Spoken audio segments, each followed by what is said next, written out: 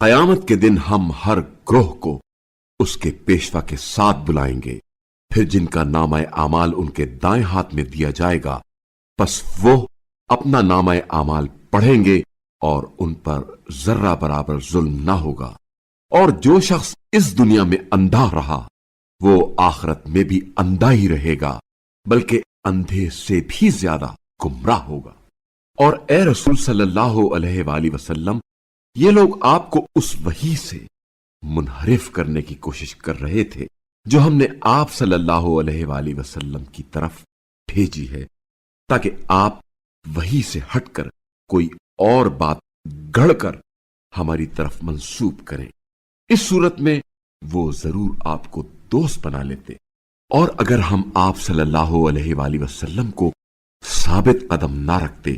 تو بلا شبہ آپ صلی اللہ علیہ وآلہ وسلم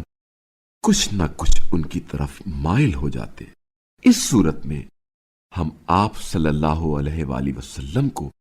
زندگی میں بھی دوہرا عذاب اور آخرت میں بھی دوہرا عذاب چکھا دیتے، پھر آپ صلی اللہ علیہ وآلہ وسلم ہمارے مقابلے میں کوئی مددگار نہ پاتے، اور قریب تھا کہ یہ لوگ آپ صلی اللہ علیہ وآلہ وسلم کے قدم اس سرزمین سے اکھاڑ دیں، تاکہ آپ صلی اللہ علیہ وآلہ وسلم کو یہاں سے نکال دیں، اور اگر یہ ایسا کریں گے تو آپ صلی اللہ علیہ وآلہ وسلم کے بعد یہ زیادہ دیر یہاں نہیں ٹھہر سکیں گے۔ یہ ہمارا دستور ہے جو ان تمام رسولوں کے ساتھ رہا ہے جنہیں ہم نے آپ صلی اللہ علیہ وآلہ وسلم سے پہلے بھیجا تھا، اور آپ صلی اللہ علیہ وآلہ وسلم ہمارے دستور میں کوئی تبدیلی نہیں پائیں گے۔ زوال آفتاب سے لے کر رات کے اندھیرے تک ظہر، عصر،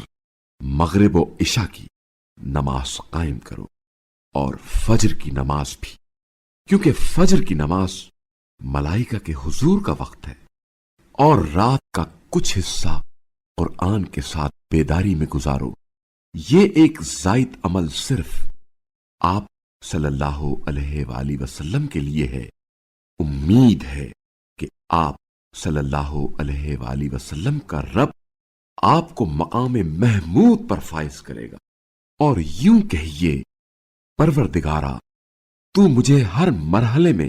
سچائی کے ساتھ داخل کر اور سچائی کے ساتھ اس سے نکال،